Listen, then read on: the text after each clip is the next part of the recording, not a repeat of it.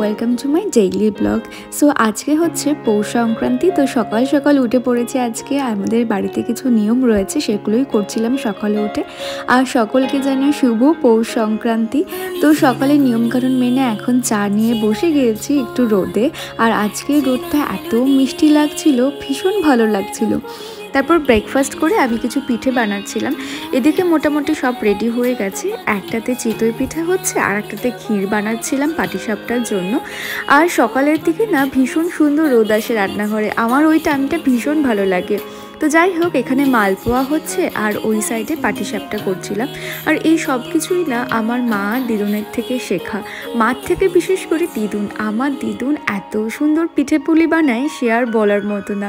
তো ওনার থেকেই সব কিছু শেখা মোটামুটি বলতে গেলে।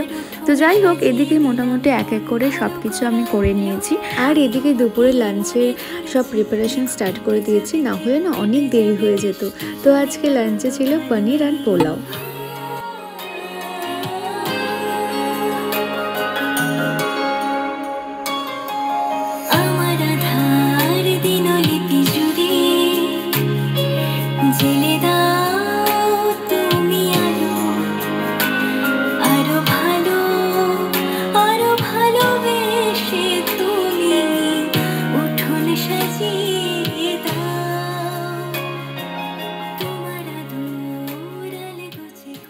আর তোমরা কিন্তু কমেন্ট করে অবশ্যই জানাবে যে তোমাদের কাছে কেমন লেগেছে।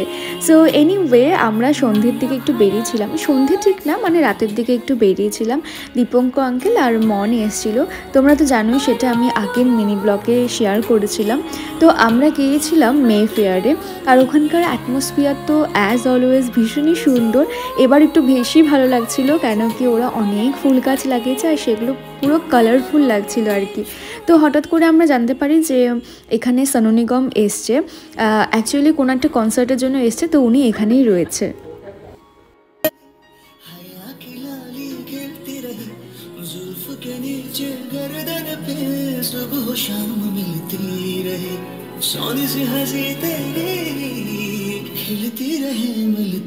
ওনার গান তো কম বেশি আমাদের সবারই ফেভারিট। আর ওনাকে এত কাছ থেকে এরমভাবে হঠাৎ করে দেখবো কখনো এক্সপেক্ট করিনি আর কি। আর ওনার মধ্যে না একটা রয়্যাল লুকও রয়েছে। সো এনিওয়ে, দেন আমরা ডিনার করি and then back to home. So আজকের দিনটা আমরা এভাবেই স্পেন্ড করলাম। আই হোপ তোমাদের ভালো লেগেছে। ভালো লাগলে লাইক, শেয়ার অ্যান্ড সাবস্ক্রাইব অবশ্যই করবে।